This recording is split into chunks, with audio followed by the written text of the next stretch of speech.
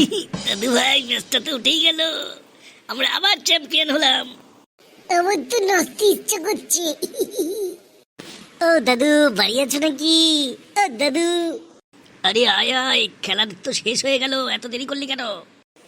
আমি খেলা দেখেই এসেছি, ওসব বাদ দাও, বলো পিকনিকটা কবে করছো? আরে তোরা নিজেরা চাঁদা তুলে কর না, আমাকে আবার চাপ দিচ্ছিস কেন? আচ্ছা দেখছি, ঘরে তো ঢুকতে দাও। আরে বাচ্চা পাটি, তোরা নাচানাচি করছিস?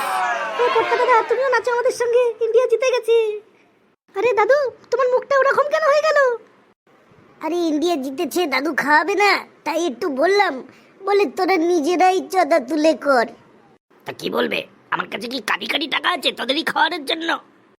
আরে দাদু আমিও কিছু দেবো, তুমি আর আমি মিলে এদেরকে খাইয়ে দিই, চলো আজকের আনন্দের দিন। ঠিক আছে, কাল সকালে আসিস, দেখা যাবে কি করা যায়। এখন বাড়ি যা, ঘুমা।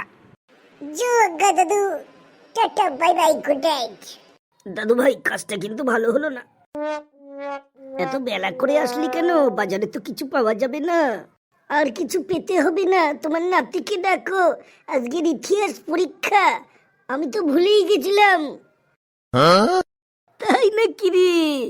এই তারা তারা ডাকছি, ওকে, ওতে ঘুমাচ্ছে। এসব কি বলছিস? আজকে ইতিহাস পরীক্ষা?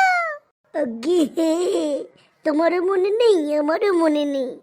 এই পরীক্ষাটা কে চালু করেছিল একটু নামটা বলবি?